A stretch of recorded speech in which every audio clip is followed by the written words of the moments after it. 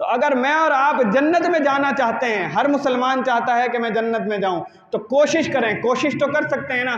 معاشرہ بہت خراب ہے، معاشرہ بہت دور نکل چکا ہے، معاشرے میں طرح طرح کی فضولیات، لغویات، ہر ایک چیز مجھے اور آپ کو ملتی ہے۔ ہم یونیورسٹیوں کی طرف نکل جائیں تو ہمیں زنا عام ملتا ہے، ہم اگر ویسے معاشرے کی طرف نکل جائیں، بازاروں اور گلیوں میں جائیں تو ہمیں عریانی فحاشی بہت زیادہ ملتی ہے۔ اس سے مجھے اور آپ کو خود سے بچنا ہے۔ ہم اپنے آپ کو بچانے کی کوشش کریں گے تو اللہ ہمارا ہاتھ پکڑیں گے۔ اگر میں کہوں کہ نہیں میں بچنا نہیں چاہتا تو پھر اللہ بھی کہیں گے ٹھیک ہے تو جانا چاہتا ہے تو جا۔ حدیث ہے نا حضور صلی اللہ علیہ وسلم کی کہ جو شخص اللہ کے پاس چل کے آتا ہے اللہ دوڑ کر آتے ہیں، جو ایک بالش آتا ہے اللہ ایک ہاتھ آتے ہیں، جو ایک ہاتھ آتا ہے اللہ سبحانہ و تعالیٰ اسے سمیٹ لیتے ہیں۔ تو جو اللہ کی طرف ہونا چاہے گا، یہ مجھ پر اور آپ پر انحصار ہے کہ میں اور آپ کتنی طلب رکھتے ہیں اللہ کے سامنے اور اللہ کے پاس جانے کی۔ اگر میرے اندر اور آپ کے اندر اتنی طلب ہے کہ میں دنیا میں بھی کامیاب ہوں، آخرت میں بھی سرخرو ہوں، تو پھر مجھے حضور صلی اللہ علیہ وسلم کی اور تمام صحابہ کرام کی جنہوں نے بھی مجھے اور آپ کو دین پہنچایا ہے، ان تمام کے ہر ایک قول و فعل پر عمل کرنے کی کوشش کرنی پڑے گی۔ نمازیں 5 وقت کی جماعت کے ساتھ پڑھنے کی کوشش کرنی پڑے گی۔ صرف ہم جمعے کو آتے ہیں، مسجد بھر لیتے ہیں کہ میں نے اپنا فرض ادا کر لیا جمعے کی نماز پڑھ کر۔ نہیں بھائی، جمعہ فرض ہے، جمعہ پڑھنا ہے، لیکن جمعے کے ساتھ ساتھ ہفتہ اتوار پیر منگل بدھ جمعرات یہ بھی تو دن ہیں، ان میں بھی تو 5 نمازیں ہیں، وہ کون پڑھے گا؟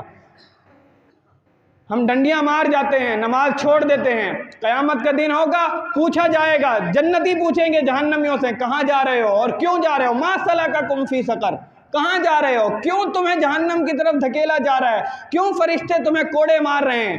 قالوا لم نک من المصلین، ایک ہی جواب ہوگا، ہم نماز نہیں پڑھتے تھے، دنیا میں نماز پڑھی نہیں، آج ہمیں اٹھا کر فرشتے جہنم کی طرف دھکیل کر لے کر جا رہے ہیں اور جہنم میں پھینک رہے ہیں۔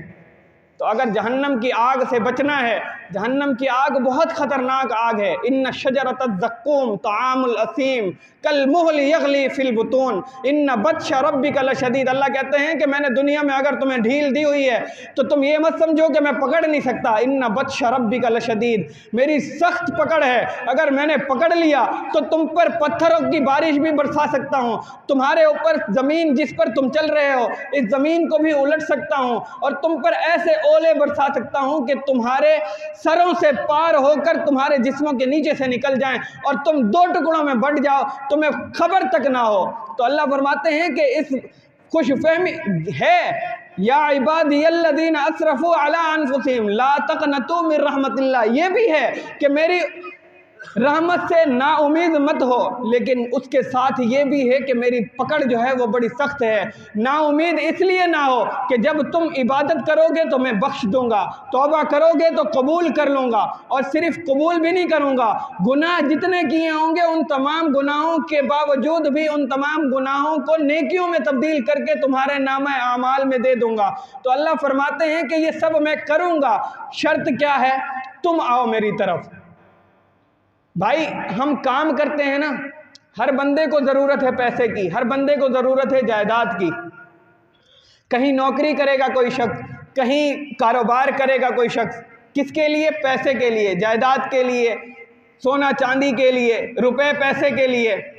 تو کسی کمپنی میں کام کرتے ہیں، کمپنی کا جو آنر ہے، جو کمپنی کا مینیجر ہے، وہ کہتا ہے آؤ میرے پاس، مجھے اپنی مشکل بتاؤ، مجھے بتاؤ کہ تمہیں یہ تکلیف ہے، تمہیں یہ پریشانی ہے، تب میں اپنی جیب جھنڈوروں گا اور اس میں سے جو نکلے گا تمہیں دوں گا۔ تو اللہ بھی کہہ رہے ہیں یہ دنیا کا دستور ہے کہ جب تک جائیں نہیں ملتا نہیں ہے، تو جب تک اللہ کے سامنے آئیں گے نہیں تو ملے گا کہاں سے؟ جب تک اپنی جبھی کو جھکائیں گے نہیں تو ملے گا کہاں سے؟ تو مجھے اور آپ کو چاہیے ہم اپنے اللہ کے سامنے پیش ہوں، اپنی جبھی کو جھکائیں، اللہ سے مانگیں۔ میں نے آپ کو بتایا 2 آنسو اللہ کو بہت پسند ہیں، 2 قطرے اللہ کو بہت پسند ہیں۔ ایک وہ قطرہ جو اللہ کے ڈر اور خوف کی وجہ سے آنکھ سے نکلا گیا ہو، اور ایک وہ قطرہ جو اللہ کے راستے میں جہاد کرتے ہوئے جسم سے خون کا قطرہ نکلا ہو۔ یہ 2 قطرے اللہ کو بہت محبوب ہیں، تو کیوں نہ ہم اللہ کے سامنے آ کر اپنی جبی کو جھکا کر آنکھ سے ایک قطرہ خوف کا نکال کر اللہ کے سامنے پیش کریں گے، یا اللہ اس خوف کے قطرے کی برکت سے میرے گناہوں کو معاف فرما، اور حضور صلی اللہ علیہ وسلم اور صحابہ کے راستے پر مجھے اور آپ کو چلنے کی توفیق عطا فرما۔ دعائیں بہت کرتے ہیں، ہر نماز میں کرتے ہیں، اہدنا الصراط المستقیم، اہدنا الصراط المستقیم، اہدنا الصراط المستقیم، 5 نمازوں میں کئی مرتبہ بول جاتے ہیں، لیکن چلتے خود نہیں ہیں اس راستے پر، صرف مانگتے ہیں۔ مانگنے سے کچھ نہیں ہوگا، کچھ کرنا بھی پڑے گا۔